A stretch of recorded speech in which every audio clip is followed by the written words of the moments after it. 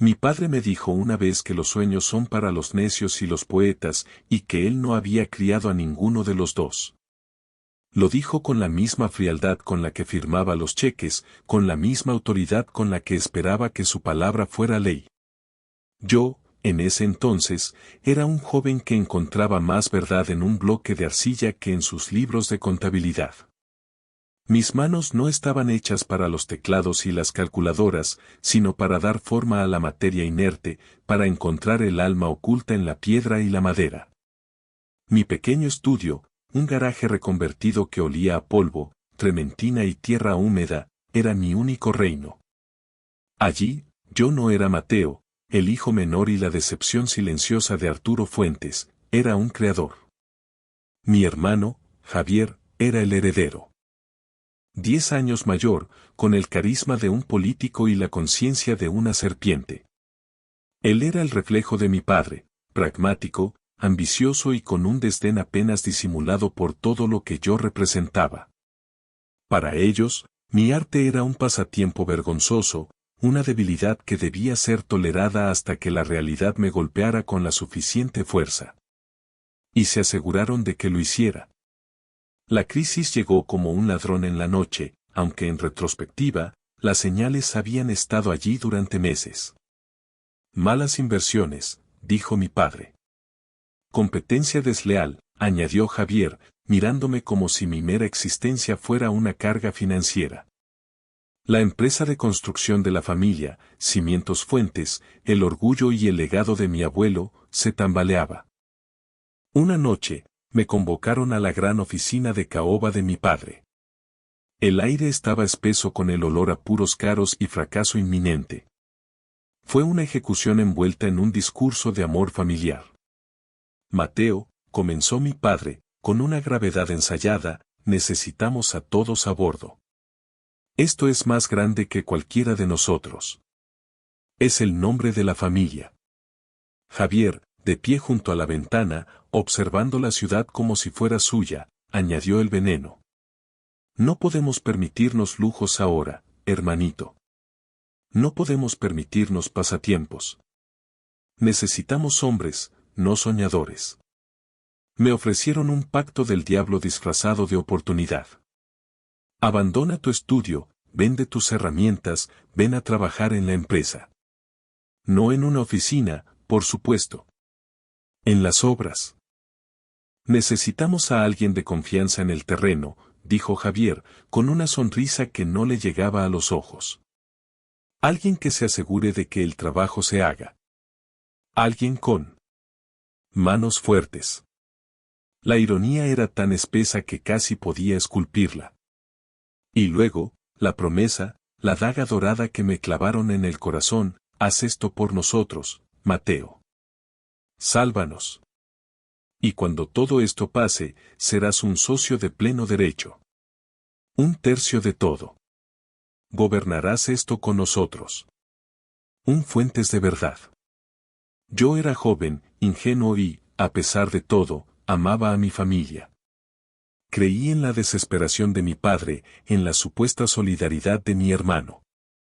Vi una oportunidad no solo para salvar el legado familiar, sino para ganarme finalmente el respeto que siempre se me había negado.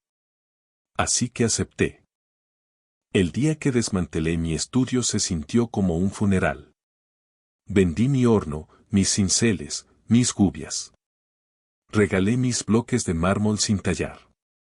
Cada objeto que salía por la puerta era un trozo de mi alma que se iba con él. Lo último que quedaba era una pequeña figura inacabada de arcilla, un torso retorcido que buscaba la luz. En un acto de desesperación simbólica, la llevé a la primera obra que me asignaron, los cimientos de un enorme edificio de oficinas. Esa noche, bajo la dura luz de los focos de trabajo, cavé un pequeño agujero en la tierra, junto a las barras de refuerzo, y la enterré. Mientras el cemento fresco cubría mi pequeño secreto, sentí que me estaba enterrando a mí mismo. Para salvar a la familia, había hundido mis manos en el hormigón en lugar de en la arcilla.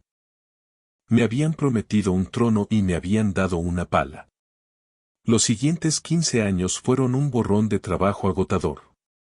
Aprendí a leer planos, a gestionar equipos, a negociar con proveedores. Mis manos, antes cubiertas de polvo de arcilla, se volvieron callosas y ásperas por el cemento y el acero. Me convertí en el mejor capataz de la empresa, el solucionador de problemas silencioso y eficiente. Cimientos Fuentes no solo se recuperó, sino que prosperó. Nuestra reputación de calidad y entrega a tiempo se debía en gran parte a mi supervisión incansable. Yo estaba en la obra antes del amanecer y me iba mucho después del anochecer. Conocía cada tornillo, cada viga, cada metro de cableado en nuestros proyectos. Pero la promesa se desvaneció en el aire. Cada vez que preguntaba por mi sociedad, la respuesta era una evasiva. Todavía no es el momento, Mateo. Estamos reinvirtiendo, hay que ser pacientes. No compliques las cosas con papeles. Mi padre envejecía y se distanciaba, encerrado en su oficina como un rey en su torre. Javier se convirtió en la cara pública de la empresa, cerrando tratos en restaurantes caros, su traje siempre impecable, mientras yo llevaba botas cubiertas de barro. Me convertí en una nota a pie de página en mi propia historia. El hermano obrero, el tonto útil. Me daban un sueldo decente, lo suficiente para mantenerme callado y dependiente, pero estaba a mundos de distancia de la riqueza que ellos ostentaban. Yo vivía en un modesto apartamento mientras Javier se compraba una casa en la zona más exclusiva de la ciudad y mi padre viajaba por Europa. La humillación era un veneno de acción lenta. Me adormeció, me vació. El artista dentro de mí no murió gritando, se desvaneció en un susurro silencioso, enterrado bajo capas de fatiga y resentimiento.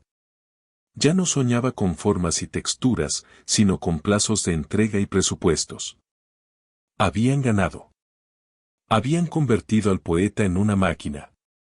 El catalizador, el momento en que el hombre adormecido despertó, no fue un evento explosivo, sino una simple frase escuchada por casualidad. Fue una tarde de jueves. Había ido a la oficina principal para entregar unos informes urgentes. La secretaria de Javier no estaba en su puesto, así que me acerqué a la puerta de su despacho, que estaba entreabierta. Escuché la voz de mi padre, rara vez presente en la oficina en los últimos años. Y luego, la risa de Javier. Una risa cruel y burlona que me heló la sangre. El inversor está casi convencido, decía Javier. Una vez que firmemos la venta, estaremos listos. Podremos dejar este lodazal y empezar de nuevo en otro lugar, con dinero limpio. Venta. La palabra me golpeó como un martillo. ¿Y Mateo? Preguntó mi padre. La pausa fue breve. La respuesta de Javier fue el cuchillo que finalmente me abrió los ojos. Oh, por favor. ¿El artista tonto? Le daremos una pequeña indemnización, una palmadita en la espalda por su leal servicio. Él cree que todavía está salvando a la familia. Es la mejor mula de carga que podríamos haber pedido. Nunca sospechará nada. Su cabeza está tan llena de polvo como sus botas. Mula de carga. Artista tonto. En ese instante, 15 años de sumisión, de sacrificio, de esperanza erosionada, se derrumbaron. El dolor no fue agudo y punzante, sino un frío glacial que se extendió desde mi pecho hacia cada fibra de mi ser. No era ira lo que sentía, no al principio. Era una claridad terrible y absoluta. Vi la estructura de su traición con la misma precisión con la que podía leer un plano arquitectónico. Vi las mentiras como las vigas podridas que sostenían una fachada reluciente. Me di la vuelta en silencio. No entré. No los confronté. El viejo Mateo lo habría hecho. Habría gritado, exigido, y ellos lo habrían aplastado con su condescendencia y sus mentiras ensayadas. Pero el hombre que se alejó de esa puerta era alguien nuevo. Alguien forjado no en la arcilla, sino en el hormigón frío y duro de su engaño. Se habían olvidado de una cosa fundamental sobre mí: un escultor no solo añade material. A menudo, El verdadero arte consiste en quitar lo que sobra para revelar la forma que hay debajo. Y yo iba a quitarles todo. La transformación no fue una explosión, sino una implosión. La rabia ardiente que debería haber sentido se solidificó en un núcleo de hielo en mi interior. El dolor se convirtió en combustible. La humillación, en un plano de acción. Durante 15 años, ellos me habían visto como una herramienta simple, predecible y sin filo. Y esa sería su perdición. Mi primer paso fue actuar con normalidad, una tarea que requería una disciplina de hierro. A la mañana siguiente, estaba en la obra al amanecer, como siempre. Asentía las órdenes de Javier por teléfono, resolví un problema con un proveedor y me aseguré de que una colada de hormigón se vertiera a la perfección. Ellos esperaban a la mula de carga, y eso es lo que obtuvieron. Pero mis ojos habían cambiado. Ya no veía solo cemento y acero, veía activos, pasivos, vulnerabilidades. Cada factura que firmaba, cada informe de progreso que redactaba, se convirtió en una pieza de evidencia. Comencé a hacer copias. De todo. En casa, mi pequeño apartamento se transformó en un centro de operaciones secreto. Las noches que antes pasaba desplomado por el agotamiento, ahora las dedicaba a construir mi caso, meticulosamente, ladrillo a ladrillo. Recordé un nombre del pasado, Elena. Era una contable joven y brillante que Javier había contratado hacía unos 5 años. Duró menos de 6 meses. Su despido fue abrupto y silencioso. La razón oficial fue reestructuración. La razón real, como sospeché entonces y supe con certeza ahora, fue que era demasiado inteligente. Hacía las preguntas equivocadas, es decir, las correctas. Rastrearla no fue difícil. Trabajaba por cuenta propia, para pequeñas empresas que valoraban la honestidad por encima de la creatividad fiscal. La llamé desde un teléfono de prepago y le pedí una reunión en una cafetería anónima, lejos de nuestras rutas habituales. Cuando me vio, su expresión fue de sorpresa, seguida de una cautela inmediata. ¿Mateo Fuentes? ¿Qué quieres?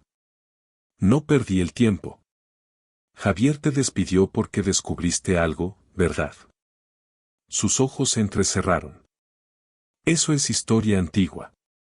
Para mí no, respondí, mi voz baja y firme. Están a punto de vender la empresa. Planean dejarme sin nada después de 15 años de trabajo. Sé que estaban desviando fondos. Tú lo viste.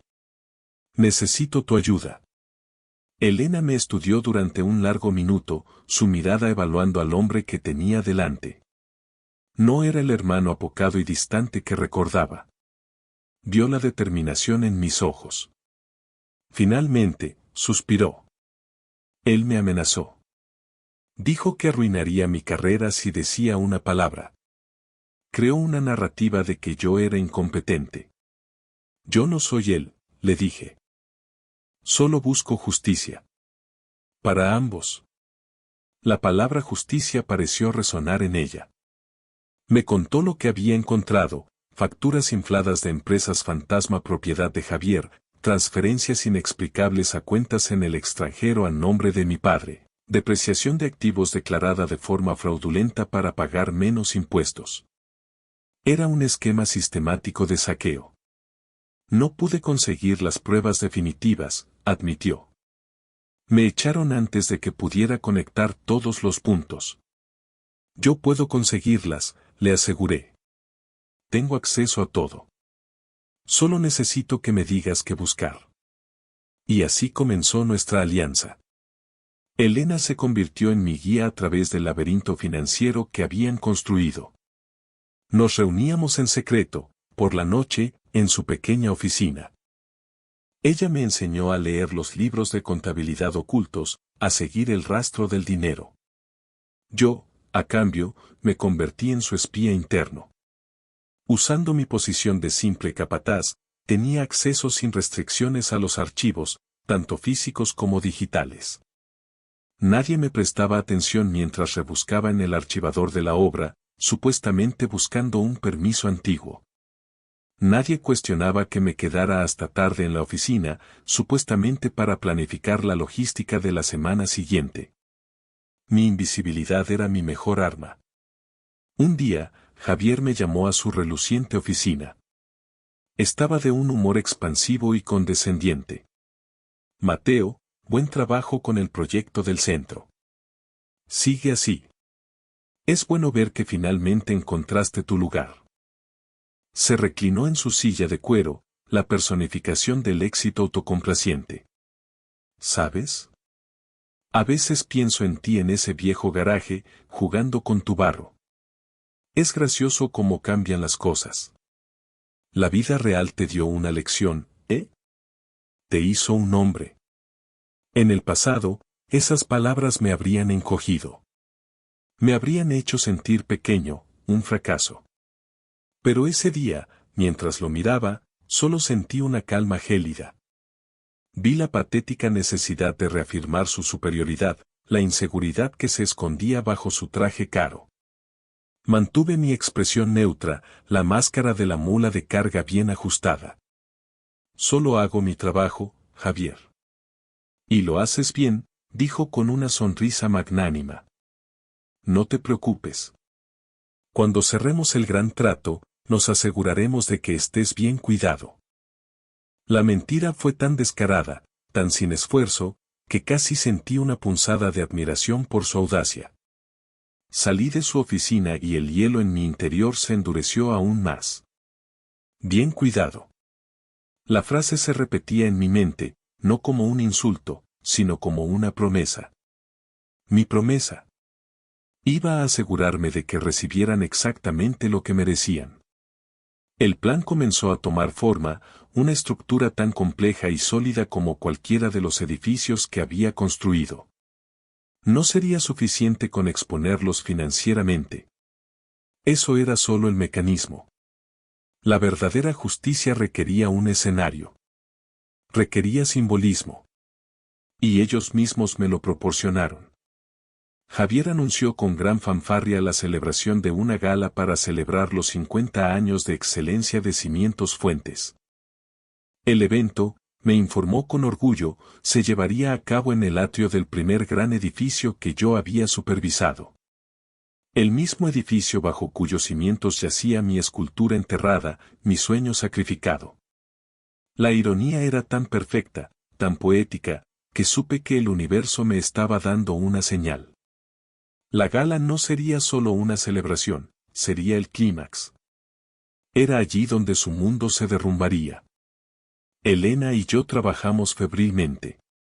Compilamos un dossier impecable, copias de facturas fraudulentas, extractos bancarios de las cuentas offshore, correos electrónicos incriminatorios que había recuperado de un viejo servidor que ellos habían olvidado. Teníamos pruebas de evasión fiscal masiva, malversación y fraude. Preparamos 2 paquetes idénticos. Uno para la agencia tributaria. El otro, para el principal inversor, un conglomerado internacional conocido por su política de tolerancia cero hacia las prácticas poco éticas. Elena descubrió que el director ejecutivo del conglomerado, un hombre llamado Mark Storm, asistiría personalmente a la gala para anunciar la adquisición. El escenario estaba listo. Pero faltaba un último toque, mi toque personal. Como el hombre que conocía cada centímetro de ese edificio, sabía de una pequeña peculiaridad en el sistema de drenaje del atrio. Un defecto de diseño menor que yo mismo había señalado en su momento, pero que Javier había ignorado para ahorrar costes. No va a llover dentro, Mateo, se había burlado. Deja de preocuparte por tonterías. Con una lluvia lo suficientemente intensa, ese pequeño defecto podría causar una fuga muy visible, justo encima del podio donde darían sus discursos. Empecé a revisar los pronósticos del tiempo con la obsesión de un agricultor. Una semana antes de la gala, vi lo que estaba esperando, una gran tormenta se dirigía directamente hacia nosotros, programada para llegar la noche del evento. Todo estaba alineándose. Los cimientos podridos de su imperio estaban a punto de quedar expuestos, y una tormenta literal y metafórica estaba a punto de desatarse sobre ellos. La noche antes de la gala, volví a mirar el dossier. Cada página era un monumento a 15 años de mentiras. No sentía euforia. No sentía alegría vengativa. Sentía el peso solemne de lo que estaba a punto de hacer. Estaba a punto de demoler a mi propia familia. Pero luego recordé sus risas, la palabra mula, el desprecio en sus voces. Y supe que no estaba destruyendo a mi familia. Ellos ya lo habían hecho. Yo solo estaba derribando la fachada vacía que quedaba. La noche de la gala, el aire crepitaba con una electricidad que iba más allá de la tormenta que se avecinaba. El atrio del edificio, mi primer gran proyecto, estaba irreconocible. Luces suaves, mesas cubiertas de lino blanco, camareros que serpenteaban con bandejas de champán. La élite de la ciudad estaba allí, vestida con sus mejores galas, ajena al drama que estaba a punto de desarrollarse. Yo me movía entre ellos, invisible con mi traje sencillo y alquilado. Era solo el hermano del anfitrión, una curiosidad silenciosa. Mi padre, Arturo, parecía un emperador romano en su ocaso, aceptando felicitaciones con una sonrisa cansada y satisfecha. Javier estaba en su elemento, moviéndose de grupo en grupo, su risa resonando, su mano siempre en el hombro de alguien importante. Marcus Torne, el inversor, era un hombre alto e imponente con ojos que no se perdían nada. Lo observé desde la distancia, mi corazón latiendo con un ritmo constante y medido. A las 8 en punto, tal como lo había planeado, un mensajero discreto entregó un sobre grueso al asistente del señor Torne. Dentro, el dossier. A las 8:05, envié una copia digital anónima a la unidad de delitos fiscales de la agencia tributaria, con una nota que indicaba que los principales sospechosos estaban reunidos en ese mismo lugar. El primer trueno retumbó en el exterior, una promesa grave de lo que vendría. Javier subió al podio, bañado por la luz de un foco. Levantó su copa. Amigos, colegas, familia. Hoy celebramos 50 años. 50 años construyendo no solo edificios, sino el futuro de esta ciudad. Un legado construido sobre cimientos sólidos de trabajo duro, integridad y, sobre todo, familia. La hipocresía era tan densa que era casi sofocante. Mientras hablaba, vi a Mark Stone abrir discretamente su sobre. Su expresión cambió sutilmente, sus cejas se fruncieron mientras sus ojos escaneaban la primera página. Mi padre tomó el relevo en el podio. Mi padre me enseñó que un hombre no es nada sin su nombre. Y, Cimientos Fuentes, es un nombre sinónimo de confianza. Un legado que ahora, con orgullo, mi hijo Javier y yo pasamos a un nuevo y emocionante futuro. Justo en ese momento, las primeras gotas de lluvia golpearon el techo de cristal del atrio. Ligeras al principio, luego más y más fuertes, hasta convertirse en un rugido ensordecedor. Y entonces, ocurrió. Una gota. Luego otra. Justo encima del podio, una mancha oscura apareció en el techo. Una fuga lenta pero persistente comenzó a caer, aterrizando en el hombro del traje inmaculado de mi padre. Él la miró con confusión, luego con irritación. La gente empezó a murmurar. La metáfora era brutalmente perfecta. Su imperio, tan pulcro y perfecto en la superficie, estaba goteando suciedad sobre ellos. Vi a Torne levantarse de su mesa, con el rostro como una máscara de furia helada. Se dirigió directamente hacia un Javier desconcertado, que acababa de bajar del escenario. Torne no levantó la voz. No necesitaba hacerlo. Sus palabras eran como fragmentos de hielo. El trato está cancelado. Mis abogados se pondrán en contacto con los suyos. Y con las autoridades. Se dio la vuelta y se marchó, seguido por su séquito, dejando un silencio atónito a su paso. El pánico comenzó a extenderse en los ojos de Javier. Miró a mi padre, luego a la multitud que susurraba. Y entonces, su mirada me encontró. Estaba de pie junto a una columna, observando. Por primera vez en su vida, me vio de verdad. No a la mula de carga, no al artista tonto, sino al arquitecto de su ruina. Al mismo tiempo, las puertas principales del atrio se abrieron. 2 hombres y una mujer con trajes sobrios pero con una autoridad inconfundible entraron. ¿Javier Fuentes? ¿Arturo Fuentes? Somos de la agencia tributaria. Necesitamos hacerles algunas preguntas. El caos estalló. La música se detuvo. Los invitados empezaron a irse, ansiosos por distanciarse del desastre. Me acerqué a ellos. Mi padre me miraba con una mezcla de incredulidad y horror. Javier, sin embargo, me miraba con puro odio. Fuiste tú, Ciceo, su voz apenas un susurro venenoso. Después de todo lo que hicimos por ti. Lo interrumpí, mi voz tranquila, pero cortando el aire como un cincel. No. Esto es después de todo lo que me hicieron a mí. Hablaron de cimientos. Pero construyeron su casa sobre mentiras, sobre mi espalda. Y resulta que los cimientos construidos sobre la traición no pueden soportar el peso de la verdad. Me di la vuelta y me alejé, dejándolos en el centro de su mundo que se desmoronaba, bajo la gotera simbólica de su propia negligencia y arrogancia. No me quedé a ver el final. No lo necesitaba. Salí del edificio y me adentré en la tormenta. La lluvia era torrencial, fría, pero se sentía como una purificación. Lavó el olor a champán y perfume caro de mi ropa. Lavó 15 años de sumisión. Me quedé allí, con la cara vuelta al cielo, dejando que el agua me empapara hasta los huesos, y por primera vez en mucho tiempo, respiré libremente. Los meses siguientes fueron un borrón de titulares de prensa y procedimientos legales. Cimientos Fuentes se derrumbó bajo el peso de las multas por fraude fiscal y las demandas. Mis activos, que nunca habían estado oficialmente en la empresa, estaban a salvo. Vendieron todo para pagar sus deudas, la casa de lujo de Javier, las propiedades de mi padre. Perdieron el nombre, el dinero y el falso respeto que tanto valoraban. Elena recibió una recompensa sustancial de la agencia tributaria por la información y comenzó su propia firma de contabilidad forense, convirtiéndose en una fuerza a tener en cuenta. Nunca le pedí nada, pero un día recibí una transferencia anónima por una suma considerable, suficiente para empezar de nuevo. Sabía que era de ella.